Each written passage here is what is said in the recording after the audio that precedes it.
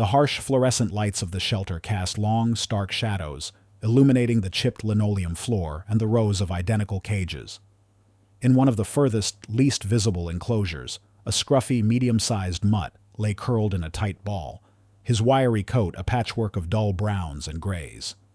He was an older dog, perhaps 5 or 6, with eyes that held a profound, weary sadness, reflecting years of hopeful glances met only with indifference. Puppies, all bounding energy and clumsy charm, yapped and tumbled in nearby pens, their antics drawing delighted coos and outstretched hands. But no one lingered at his cage. He had no cute tricks, no flashy markings, just a quiet resignation that felt almost palpable. He was passed over daily, a forgotten soul in a symphony of youthful pleas for attention. He was a rejected pet, overlooked and unwanted, his yearning for warmth a silent ache in the sterile air. In a small, meticulously kept cottage on the edge of the sleepy rural town of Oakhaven, Eleanor Vance moved with a quiet precision. Her life was a choreography of solitude, the gentle clink of a single teacup against its saucer each morning, the rhythmic snip of pruning shears in her perfectly manicured rose garden, the soft whisper of turning pages in the evening. Her cottage, though cozy and filled with the scent of dried lavender, felt vast in its quietness. She knitted intricate lace doilies, tended to her heirloom roses, and exchanged polite, brief greetings with the few neighbors who ventured past her picket fence. There was a gentle sadness in her eyes, a quiet loneliness that settled in the untouched second teacup on her kitchen table, a silent testament to the companion she no longer had. One blustery Tuesday, Eleanor noticed Mrs. Gable, her next-door neighbor, struggling to carry a heavy bag of gardening soil up her porch steps. Mrs. Gable, a spry woman in her 70s, stumbled, nearly dropping the bag. Without a moment's hesitation, Eleanor, despite her own gentle frame, hurried over. "Let me help you with that, dear," she said, her voice soft but firm. She easily hoisted the bag, carrying it the rest of the way with surprising strength, then spent the next hour helping Mrs. Gable repot her ailing geraniums, offering quiet advice and sharing a few cuttings from her own flourishing roses. This small, compassionate act, a quiet demonstration of kindness and hidden strength, solidified reader empathy for Eleanor. Back at the shelter, the scruffy mutt, whose name on his kennel card was simply number 73, watched as a terrified, newly arrived kitten was placed in a shared enclosure nearby. The kitten cowered, hissing softly, overwhelmed by the strange smells and loud barks. Number 73, despite his own weary demeanor, slowly uncurled. He crawled to the edge of his shared pen, nudging a stray chew toy towards the kitten, then lay down with his head resting on his paws, his gaze soft and unthreatening. He stayed there, a silent, comforting presence, until the kitten, emboldened by the quiet company, eventually ventured out and curled up beside the toy. This subtle act of empathy, a silent offering of comfort to a more vulnerable creature, showcased his deep capacity for connection and his unyielding spirit despite constant rejection, reinforcing his save the cat moment. Eleanor Vance often found herself drawn to the old leather-bound photo album tucked away in a forgotten drawer in her study. Her fingers would trace the faded edges of a particular photograph, a younger Eleanor, vibrant and laughing, her arm wrapped around a magnificent golden retriever, its eyes full of intelligent mischief. The dog in the picture, a beloved companion from her youth, seemed to be staring at something beyond the frame, its ears cocked as if listening to a distant sound. Eleanor would sometimes find herself unconsciously mimicking the pose, tilting her head, a wistful smile playing on her lips. It was a subtle, recurring detail that hinted at her past, a life where she was perhaps less reserved, more connected to the wilder, unspoken rhythms of nature, suggesting a deeper, almost intuitive bond she once shared with animals. As for number 73, despite his scruffy appearance and seemingly unremarkable demeanor, there was something undeniably unusual about his eyes. They weren't just sad. They held an almost human-like intelligence, a profound depth that seemed to miss nothing. Sometimes, when the shelter fell silent in the late hours, he would lift his head, his ears twitching almost imperceptibly, as if listening to sounds far beyond the range of human hearing. He would then subtly shift his position, often turning his head towards a specific wall or a distant part of the building, a peculiar habit of listening intently to distant, unidentifiable frequencies that no one else seemed to notice. This uncanny ability, a quiet, almost secret sense, subtly hinted at his hidden talent, laying the groundwork for the later revelation of his extraordinary perceptive abilities.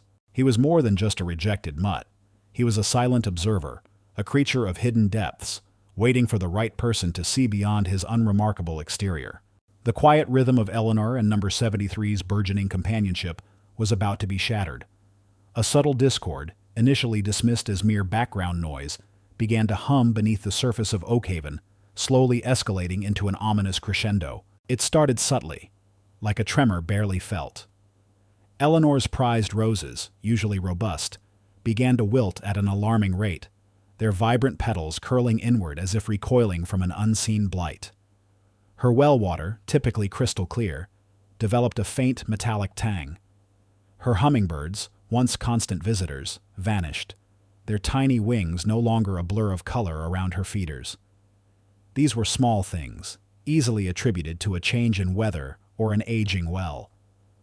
But for Eleanor, who lived intimately with the rhythms of her garden and the subtle shifts of her environment, they felt like dissonant notes in a familiar melody.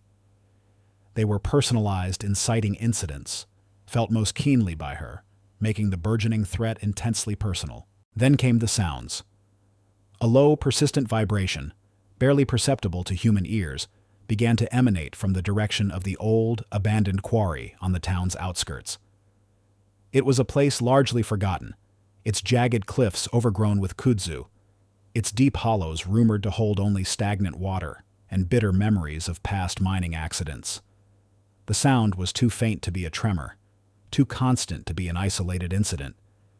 It was an unsettling hum, a low thrum that vibrated through the very foundation of Eleanor's cottage, rattling her teacups and disturbing the quiet peace she so cherished. Number 73, whom Eleanor had quietly begun to call Barkley, a name that felt both comforting and surprisingly fitting, was the first to react. His usual calm demeanor began to fray. He would lift his head abruptly, ears swiveling, his intelligent eyes fixed on some unseen point beyond the walls. He would whine softly, a low, anxious sound, pacing by the back door, sniffing the air with an intensity that suggested a scent no human could detect.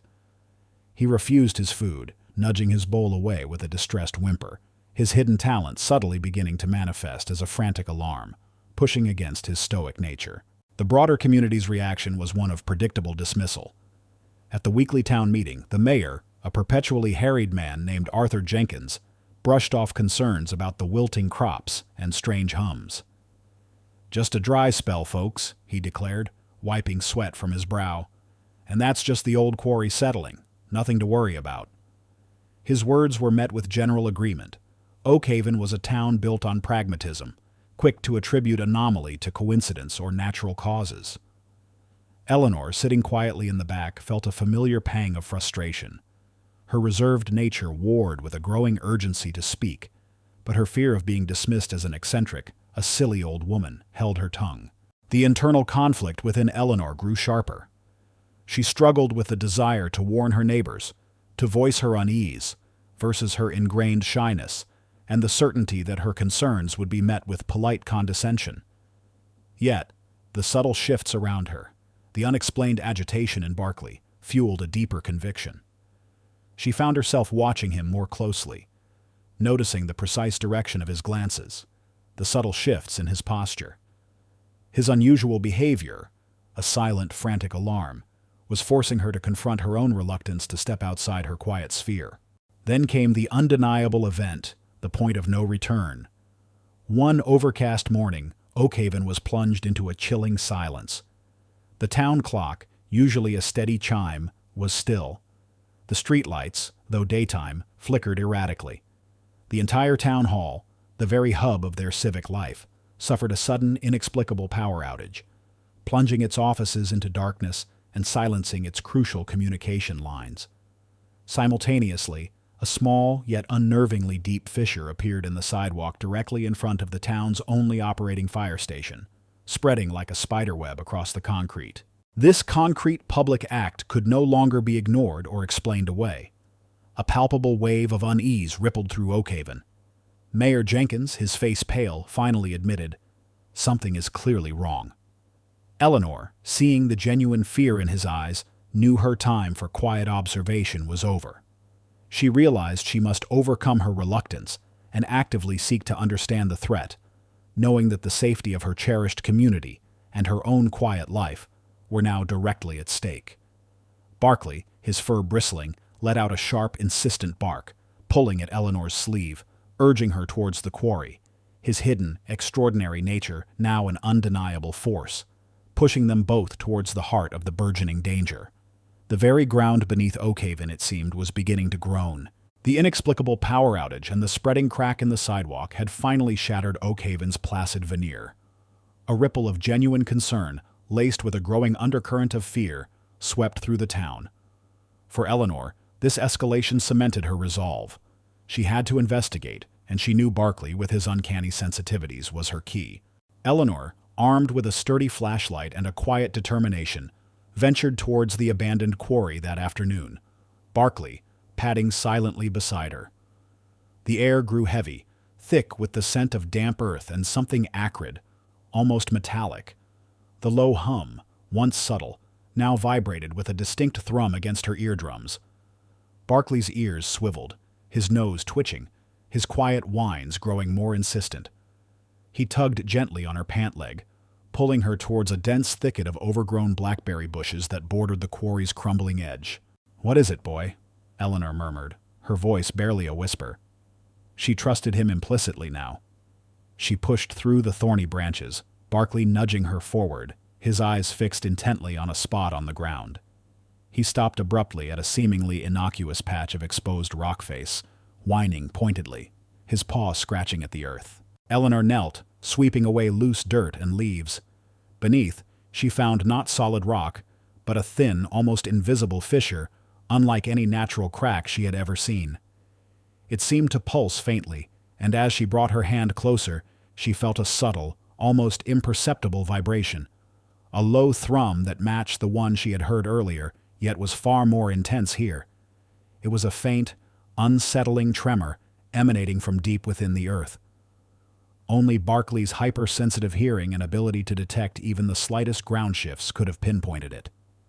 This was the initial, controlled unveiling of the animal's hidden talent to Eleanor, confirming her suspicions that he possessed an extraordinary, almost seismic sensitivity. Only Eleanor witnessed this manifestation of Barkley's talent. She was initially startled by the strength of the vibration, then profoundly intrigued. Her initial skepticism about her own instincts regarding the disturbances dissolved, replaced by a growing awe and a deep, unshakable trust in her unusual companion. This rejected creature, once just a scruffy shelter dog, clearly possessed an intelligence and sensory perception far beyond anything she had ever encountered. The community, however, remained blissfully unaware of this crucial discovery, still attributing the town's woes to bad luck or faulty wiring. Armed with this unsettling knowledge, Eleanor knew she couldn't keep silent. The next morning, she arranged a meeting with Mayor Jenkins, hoping to convey the urgency of her findings. She found him in his office, his face still pale from the previous day's power outage, but already regaining his usual pragmatic, dismissive air. "Mrs. Vance," Mayor Jenkins began, with a polite but condescending smile, "I appreciate your concern truly, but I assure you our engineers are already looking into the grid issues, and the crack in the sidewalk is simply a municipal problem, easily repaired." He waved a dismissive hand. Eleanor cleared her throat, Barkley sitting patiently by her feet. "Mayor, it's more than that. I believe the problem is originating from the old quarry. There's a strange vibration, a tremor, coming from deep within the earth. Barkley, he led me right to it. He can feel things, sense things that we can't." Mayor Jenkins' smile tightened, his eyebrows arching in thinly veiled amusement. He glanced at Barkley, who looked up at him with intelligent, serious eyes. "Mrs. Vance, with all due respect, are you suggesting your dog has some kind of geological sixth sense? While I appreciate your, enthusiasm for your pet, we deal in facts, not folklore. These matters are for experts, for engineers, not..." Well, not for pets, no matter how clever. He chuckled, a patronizing sound, then tapped a pen on his desk. Your concerns, while noted, seem to stem from an overactive imagination, perhaps a bit of cabin fever. I suggest you focus on your lovely garden. This act of public dismissal and condescension, personified by Mayor Jenkins, immediately established the community's skepticism and scientific reductionism as the misguided antagonist, type B. He had actively hindered the discovery of the truth through his disbelief and ingrained biases, his pragmatism, blinding him to the unconventional. He even leaned back in his chair, a faint smirk returning to his lips. Perhaps we should alert the local news, he mused, about Oakhaven's new psychic canine. It would certainly be a unique tourist attraction. His sarcastic tone was a clear signal. Eleanor and her gifted dog were dismissed as eccentric, their warnings deemed irrelevant. The stage was set for a deeper confrontation, where not just a hidden threat, but a deeply ingrained bias against the unconventional had to be overcome. Mayor Jenkins's dismissive laughter echoed in Eleanor's ears long after she left his office. His condescension, a thin veil over outright disbelief, fueled a quiet fire within her. He might choose ignorance, but she wouldn't. Not when Barkley, her steadfast companion, was so clearly agitated, his low growls rumbling like distant thunder. The hum from the quarry was no longer just a hum. It was a constant, unsettling vibration that resonated deep in her bones. The town of Oakhaven, still blissfully unaware of the true peril, was abuzz with preparations for the annual Founders' Day festival. The centerpiece of the celebration was to be the unveiling of the newly restored Oakhaven Clock Tower, a beloved landmark standing proudly in the town square. Mayor Jenkins, eager to put the recent minor inconveniences behind them, planned to hold a special town hall meeting in the square that afternoon, right before the clock's grand reopening, to formally approve funding for a new, ill-conceived commercial development project near the quarry. This public gathering, meant for civic pride, was about to become the symbolic arena for Eleanor and Barkley's ultimate test. The threat, Eleanor instinctively knew, was on the verge of a catastrophic escalation, tied directly to the ground beneath Oakhaven. Eleanor and Barkley stood largely alone. Her gentle inquiries to other neighbors had been met with polite reassurances that the mayor knows best. Even Mrs. Gable, while kind, seemed to think Eleanor was just overly worried. The town's resident geologist, Dr. Eris Thorne, a young, idealistic scientist newly arrived from the city, had initially listened with an open mind, his brow furrowed as Eleanor described Barkley's reactions. He hadn't dismissed her outright, but his instruments, he'd admitted, hadn't picked up anything conclusive. He was a glimmer of quiet support, but in this decisive moment of confrontation against the impending disaster and the community's stubborn disbelief, Eleanor and Barkley would have to face it themselves. The time pressure was excruciating. The town hall meeting was scheduled to start in less than an hour. If Mayor Jenkins approved the new development project, it would involve heavy excavation near the quarry, a move that Eleanor now understood, with a chilling certainty, would exacerbate the hidden problem beneath. Barkley's agitation reached an urgent, frantic peak. He whined incessantly, pulling at Eleanor's skirt, his sensitive nose twitching towards the direction of the town square, and more ominously, the quarry. His usually intelligent eyes were wide with primal fear, reflecting a danger that human eyes couldn't yet see. Eleanor had a narrow window, minutes perhaps, to present irrefutable evidence before the town's fate was sealed by ignorance. The dramatic irony was palpable. The unsuspecting crowds gathering for the festival, laughing and chatting, were oblivious to the ticking clock counting down to potential disaster. Eleanor, her heart pounding, clutched Barkley's leash. "Come on, boy," she whispered, her voice a determined tremor. "We have to show them." She remembered the subtle vibration from the quarry, the precise spot Barkley had led her to. It wasn't just a tremor. It felt like something moving. As they hurried towards the town square, Barkley became almost frantic. He pulled harder, his barks no longer whines but sharp, insistent warnings. He tugged her off the main path, leading her towards a less-used alleyway that ran parallel to the town square, an alley that bordered the property lines of the new development project. His paws scrambled at a section of the alley wall, a seemingly stable brick structure that was part of an old, neglected storage shed. Eleanor knelt down, following his frantic signals. She pressed her hand against the wall. Beneath the cool brick, she felt it distinctly. A faint but rhythmic thump-thump, like a giant, muffled heartbeat. It was stronger here, almost directly beneath the Oakhaven clock tower. Her mind raced. The power outages, the crack in the sidewalk, the wilting plants. They weren't isolated incidents.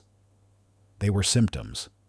Symptoms of something much larger, something moving underground, directly towards the town's heart. She looked at the clock tower, its majestic face about to be unveiled.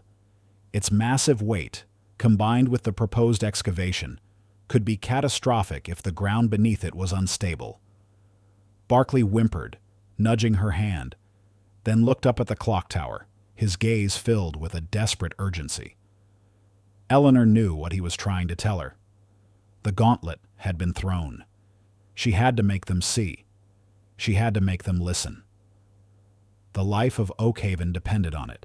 The crowd in Oakhaven Square buzzed with an infectious, celebratory energy, completely oblivious to the silent, desperate race against time unfolding at its edges. Children chased pigeons, vendors hawked local crafts, and the brass band tuned its instruments, ready for the unveiling of the clock tower. Mayor Jenkins, beaming, took to the podium, flanked by town council members and construction developers. He gestured grandly towards the draped landmark. "Friends, neighbors, today marks a new era for Oakhaven, a testament to our progress, our future." Eleanor, her heart pounding a frantic rhythm against her ribs, knew this was it. Barclay, his entire body trembling, was pulling with all his might, his frantic barks sharp and desperate, directed not at the crowd, but at the ground beneath the old storage shed, directly behind the podium. His unusual agitation, a stark contrast to the festive atmosphere, drew a few curious glances, but most dismissed it as a nervous old dog. This was the bated breath moment, where everything seemed to go wrong, where their vital warning was drowned out by the noise and disbelief. "Mayor Jenkins!" Eleanor called out, her voice thin against the rising din. "The ground! It's unstable! The clock tower is in danger!" Jenkins, halfway through a flowery speech about economic growth, paused, a flicker of annoyance crossing his face. He spotted Eleanor and Barclay. "Mrs. Vance, please, not now. We're celebrating. Your concerns are noted, but this is hardly the time for unfounded speculation." He gave a dismissive wave, and a polite but firm security guard began to move towards her. Barclay let out a guttural, terrifying growl, unlike anything Eleanor had ever heard from him. He lunged forward, pulling against his leash, his paws scrabbling at the ground where Eleanor had felt the rhythm earlier. His barks escalated into a frantic, high-pitched whine, a sound of pure, primal terror. Just as the guard reached for Eleanor's arm, a low, ominous groan emanated from deep beneath the earth. Then, a sudden, sharp crack echoed through the square, a sound that cut through the festive chatter like a gunshot. A jagged fissure ripped across the concrete of the alleyway behind the stage, extending rapidly towards the very base of the clock tower. A thin plume of dust puffed from the ground, and the air filled with a faint but distinct acrid smell, like something metallic burning. The cracks widened, spreading rapidly, almost visibly. Panic erupted. The band screeched to a halt. People gasped, pointing. Mayor Jenkins's face went from annoyance to stark terror. The ground beneath the podium trembled, and a shower of small pebbles rained down from the base of the clock tower. The majestic landmark, meant to symbolize stability, now looked precariously balanced.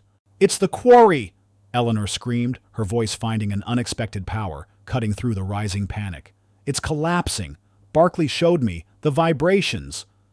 She pointed frantically to the widening cracks, then to Barclay, who was now frantically digging at the ground, a desperate, frantic blur of motion. Dr. Thorne, the young geologist, pushed through the crowd, his eyes wide with a horrifying realization. He had felt the small tremor. He rushed to where Barclay was digging, dropping to his knees. He peered into the widening crack, then pulled a small portable seismic sensor from his bag. The readings on the device spiked wildly, a cacophony of red alerts. "She's right, Mayor!" he yelled, his voice hoarse with urgency. "It's a major sinkhole. The old quarry is collapsing into a deep cavern. The clock tower. It's directly over the fault line. We need to evacuate the square, now." Barclay, sensing his moment, let out a piercing, urgent bark, then darted towards the clock tower. He pawed frantically at a specific point on its stone base, a spot where a hairline fracture, almost invisible before, was now widening rapidly. He whined, then ran back towards the crowd, barking as if urging them to flee. Mayor Jenkins, his face ashen, finally understood. His initial dismissal, his arrogance, had almost cost them everything. "Evacuate! Everyone! Clear the square immediately!" he bellowed, his voice filled with newfound terror. The crowd, now in full panic, surged backwards, away from the looming danger. Eleanor, her face streaked with dust, grabbed Barkley, pulling him away from the widening fissure. She watched as people scrambled, fear etched on every face. But amidst the chaos, a wave of profound realization and awe washed over the fleeing crowd. They had witnessed it: the dismissed elder, the rejected dog, and the undeniable truth their unique bond had revealed. As the square emptied, and the sounds of emergency sirens grew closer, a profound sense of gratitude and admiration settled on the faces of those who had witnessed Barkley's incredible talent. The town council members, who had mocked Eleanor, now looked at her with stunned respect. Mayor Jenkins, trembling, approached her. "Mrs. Vance," he choked out, his voice raw with shock and humility. You saved us. All of us. And Barkley, he's a hero. We owe you everything." The vindication was absolute. Eleanor and Barkley, once dismissed and overlooked, had undeniably proven their worth. Their triumph was not just a personal victory, but a public recognition of truth, courage, and the extraordinary in the ordinary. The clock tower, though still standing, was a stark reminder of the disaster narrowly averted, a testament to the wisdom found in unexpected places, and the profound, life-saving talent of a once-rejected pet. The cacophony of the Oakhaven Square, moments ago a symphony of terror, slowly gave way to the organized urgency of emergency services. Sirens wailed, distinguishing themselves from the earlier panic, as fire trucks, ambulances, and geological survey teams converged on the now evacuated area. Silas Blackwood, the architect of so much potential disaster, was nowhere to be seen, having been whisked away in a plain, unmarked sedan, a more fitting exit for a man whose power had evaporated into thin air. He wasn't a villain to be publicly punished here, but a catalyst for the community's blind spots and a stark reminder of the cost of arrogance. His self-serving pragmatism and dismissal of anything beyond his narrow understanding had almost brought Oakhaven to its knees. For Eleanor and Barkley, a profound, almost surreal calm settled. The frantic energy that had propelled them gave way to a deep exhaustion, but also an overwhelming sense of vindication. People now looked at them not with pity or polite dismissal, but with awe, gratitude, and a hint of bewildered respect. The community, the misguided antagonist, began its painful but necessary reckoning. Mayor Jenkins, still visibly shaken, approached Eleanor, his usual pomp replaced by genuine humility. His face, once flushed with self-importance, was now pale and drawn. "Mrs. Vance," he began, his voice hoarse, I don't know what to say. We were so wrong. I was so wrong. We dismissed you, ridiculed your concerns, and nearly paid the ultimate price for our arrogance." He looked at Barkley, who sat patiently by Eleanor's feet, then back at Eleanor, his eyes filled with a raw public apology. "This town owes you and Barkley everything. You saw what we couldn't, you heard what we wouldn't. For that, I am truly, deeply sorry." This heartfelt public apology, devoid of excuses, marked a profound shift. The community's pride and skepticism were humbled, forcing a collective introspection and leading to a more open, empathetic collective attitude. The most significant new opportunity that emerged from the crisis was for Barkley. He was no longer number 73, the rejected mutt, nor simply Eleanor's companion. The town, in a unanimous vote, officially recognized him as Oakhaven's community guardian. His unique talent was immediately integrated into town safety protocols. Dr. Thorne, the geologist, worked closely with Eleanor, developing a discreet early warning system based on Barkley's sensitivities. Small, non-invasive sensors were placed in key areas around the quarry, but Barkley's natural abilities remained the primary, most reliable alert system. He would accompany Dr. Thorne on weekly site inspections, his calm presence a stark contrast to his earlier frantic warnings, a living seismic detector. Eleanor, in turn, found a new purpose and connection within the community that transcended her quiet solitude. She was no longer just the reserved elder with the beautiful garden. She was a revered figure, a fount of quiet wisdom. Her cottage, once a hermitage, became a hub of gentle activity. Neighbors would drop by, not just for a chat, but for advice, for solace, for a moment of her calm, knowing presence. She started a small nature watch group where children learned to observe the subtle signs of their environment, to listen to the whispers of the earth. Lessons she imparted with a gentle patience, always with Barkley by her side, a silent teacher. A few weeks after the disaster was averted, Eleanor sat with Mayor Jenkins and Dr. Thorne on her porch, the autumn air crisp and clean. Barkley lay stretched out at her feet, occasionally lifting his head to gaze at the distant hills, a picture of contented vigilance. "It's remarkable, Mrs. Vance," Dr. Thorne mused, adjusting his glasses. "Barkley's sensitivity. It's beyond anything I've ever encountered in my field. He feels the very pulse of the earth." Eleanor smiled, stroking Barkley's head. "He always did. We just weren't listening."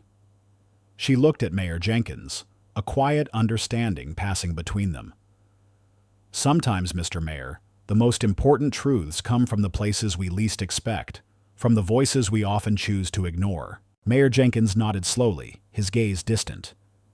"Indeed, Mrs. Vance. Indeed. We were so caught up in what we thought we knew, what our instruments told us, that we missed the clearest warning of all, from a brave old dog and a wise woman." Their reflective dialogue, though brief, was deeply meaningful. It was a reflection on the intricate journey they had shared, the profound lessons learned about the nature of intuition, the dangers of prejudice, and the extraordinary capacities of creatures often underestimated. Eleanor's personal growth, her transition from a reserved elder to a recognized pillar of wisdom, and Barkley's new, honored place in the community were clear.